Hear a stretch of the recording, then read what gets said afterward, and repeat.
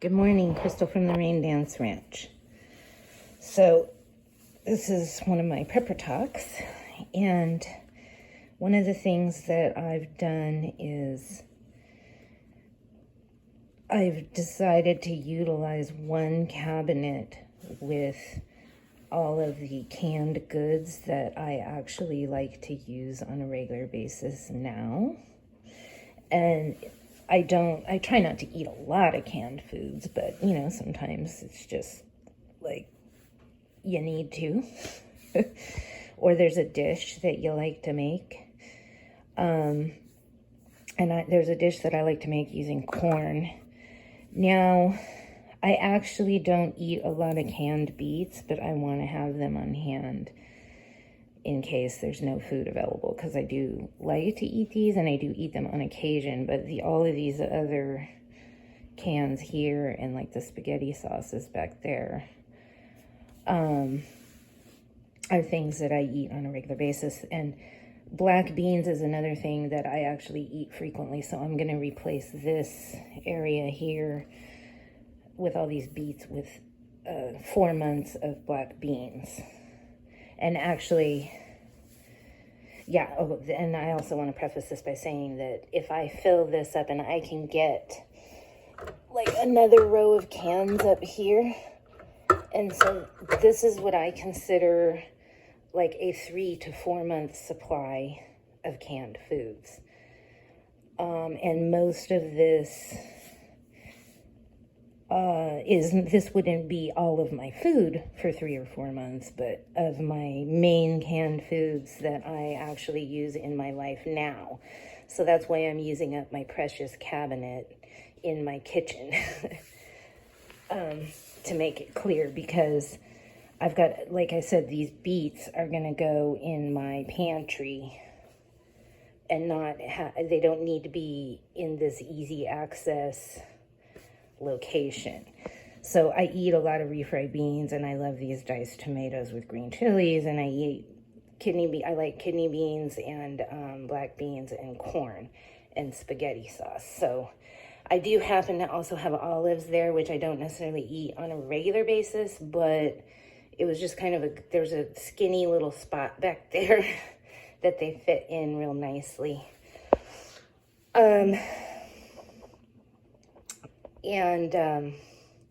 So that's what I suggest, that anything that you are currently already consuming out of cans, that you could use, like pick one cabinet like this and fill it up with, if you've got 6 varieties of things that you like to eat.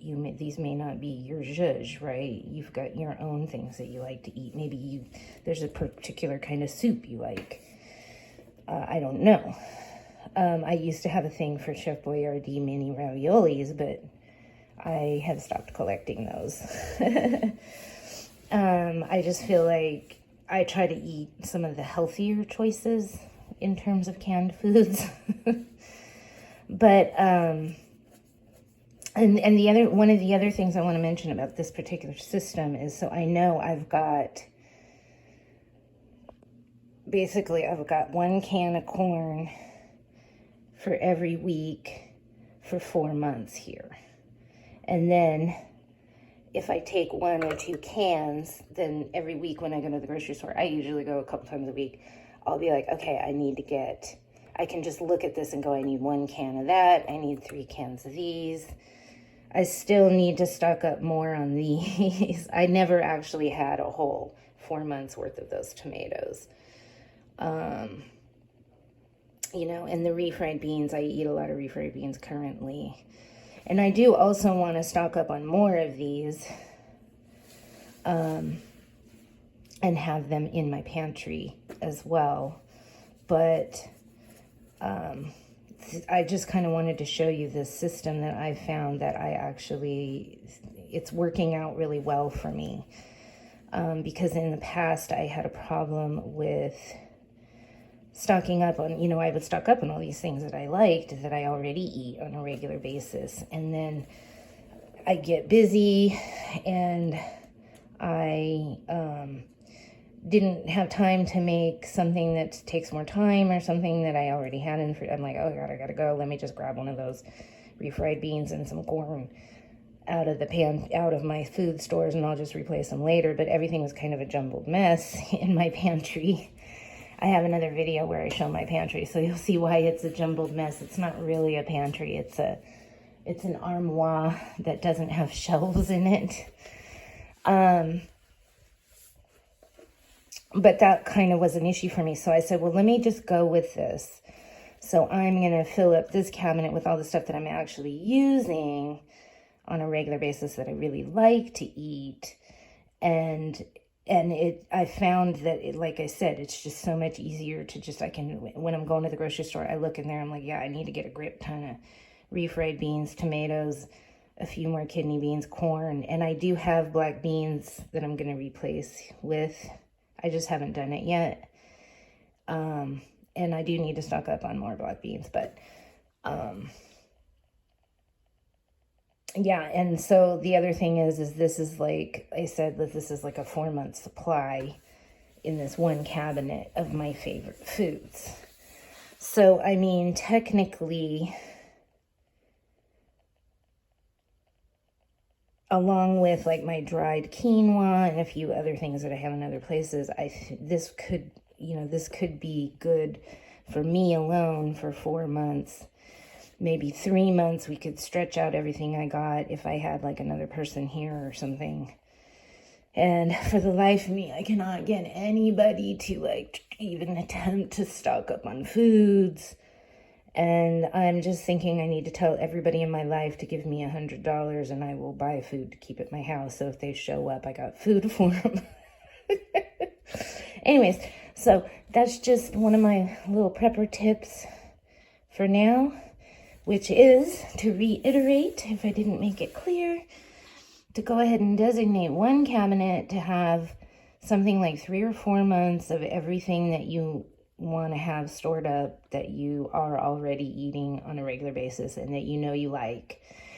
And one of the other advantages to having the canned foods that you think you're going to want when there's no food available is you can start experimenting with different ways to mix them up and use them and utilize them. Because that's another thing that I learned that I needed to do, is I needed to spend a lot of time working with my survival foods to be like, how can I make this not be like a horrible experience? Like, you need to know what you want to do with them. So I've also got like a ton of spices. I like to add cumin to like everything, and other spices too, but mostly cumin is my go-to spice. And probably the Italian flakes. It's like a mix of oregano and other Italian type herbs. So anyways, good luck with your preps. I highly recommend that if you're new, that you try to focus on getting 3 to 4 months of like everything that you think you'll need to eat and not feel like, WTF, this sucks.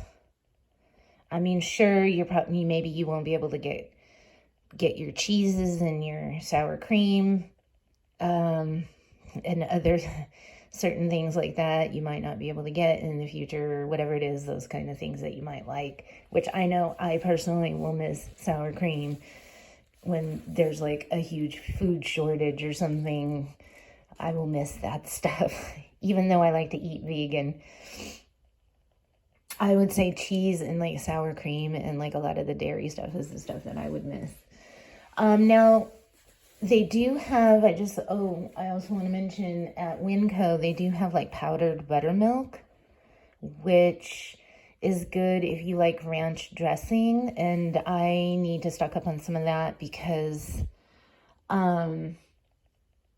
hopefully they still have some. I mean, I saw it there once, but sometimes like some of the survival stuff, you go and they're like out of like the thing you want. Like I went for Crisco. No, they didn't have any Crisco. Next time I went, they did have Crisco, but I'm just saying, hopefully you can find it without having to spend too much money.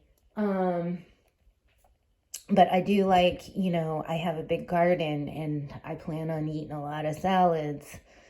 And I like to have some salad dressings. And a lot of people don't like, it just helps if you have like different dressings. I mean, I'm real good with eating a lime-based salad dressing, and then I put some oil in it, but you know, the oil could run out. I don't have an oil press. I don't have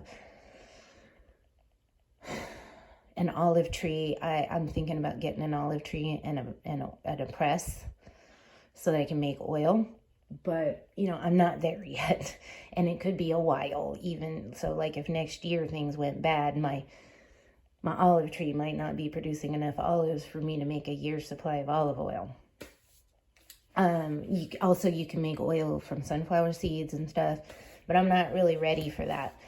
So I want to have salad dressings for other people to eat and me as well. I mean, I'm a little easier to satisfy with salads. Like, I don't necessarily have to have that salad dressing, but I want to be prepared to have salad dressing for all the fresh fruits and vegetables that I'm growing for other people to be able to, it'll be more pleasant for their palate if they have salad dressing. And me too, I like it.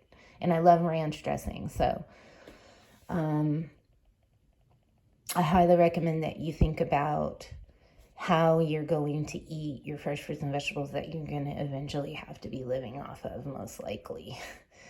And maybe stock up on that stuff. So I guess that's my 2 tips, is how to manage your cans, and strategies, which is to put the ones you use on a regular basis in your kitchen handy, like something like this.